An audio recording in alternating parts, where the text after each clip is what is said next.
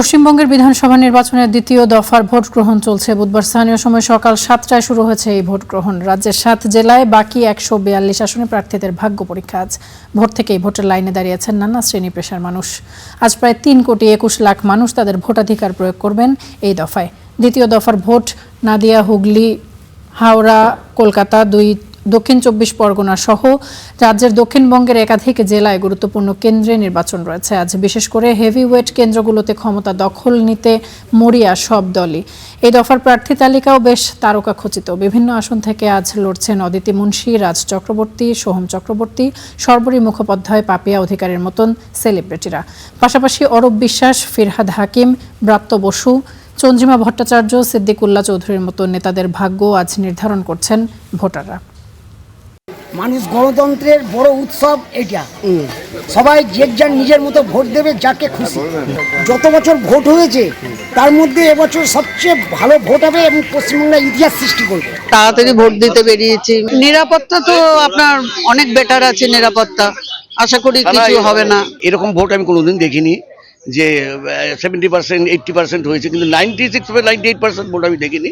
আর প্রথম কথা ভোট সুন্দরই হয়েছে, যা আমার জীবনের লাইফে এত সুন্দর দেখিনি। এটাই দরকার যেন দ্বিতীয় দফা এরকম ভোটই হয়, যেন এটা আমি আশা করবো। এবং চেঞ্জটা হবে মানুষের ভেতরের মন।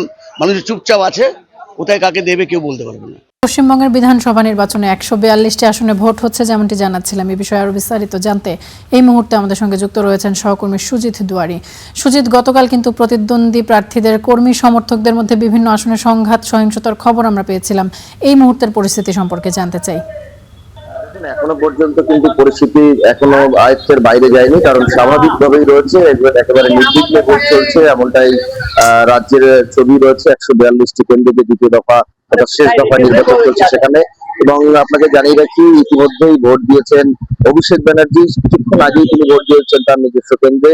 এবং মমতা বন্দ্যোপাধ্যায় তিনি এখনো ভোট দেননি, তবে তিনি তার নিজস্ব কেন্দ্রে ভবানীপুর কেন্দ্রে তিনি কিন্তু ঘুরছেন, সকাল 7টা থেকে ঘুরছেন। এর আগে দেখা গিয়েছিল বিগত নির্বাচনগুলিতে তিনি মূলত বেশিরভাগ সময়টা বাড়িতেই কাটান, কিন্তু এবার ঘুরছেন তার বিধানসভা কেন্দ্র। এবং পাশাপাশি একই কেন্দ্র থেকে লড়ছেন শুভেন্দু অধিকারী, তিনিও কিন্তু ঘুরছেন বিভিন্ন জায়গায়। আমি যেখানে রয়েছি এখানে একটু সামান্য চিত্রটা দেখানোর চেষ্টা করবো। এখানে কিন্তু একেবারে শান্তিপূর্ণ ভাবে ভোট হচ্ছে, মানুষ লাইন দিয়ে ভোট করছেন এবং ভেতরে কেন্দ্রীয় বাহিনীর নিরাপত্তা রয়েছে। এবং আপনাকে জানিয়ে রাখি যে এই যে 7টি জেলার 142টি বিধানসভা কেন্দ্র, সেখানে ভাগ্য নির্ধারণ হবে 1448 জন প্রার্থীর, এবং যার মধ্যে 220 জন মহিলা প্রার্থী রয়েছে। নদিয়া জেলার রয়েছে 17টি আসন, উত্তর 24 পরগনার 33টি, দক্ষিণ 24 পরগনার 31টি আসন, কলকাতার 11টি, হাওড়ার 16টি, হুগলির 18টি এবং পূর্ব বর্ধমানের 16টি আসনে ভোট গ্রহণ চলছে।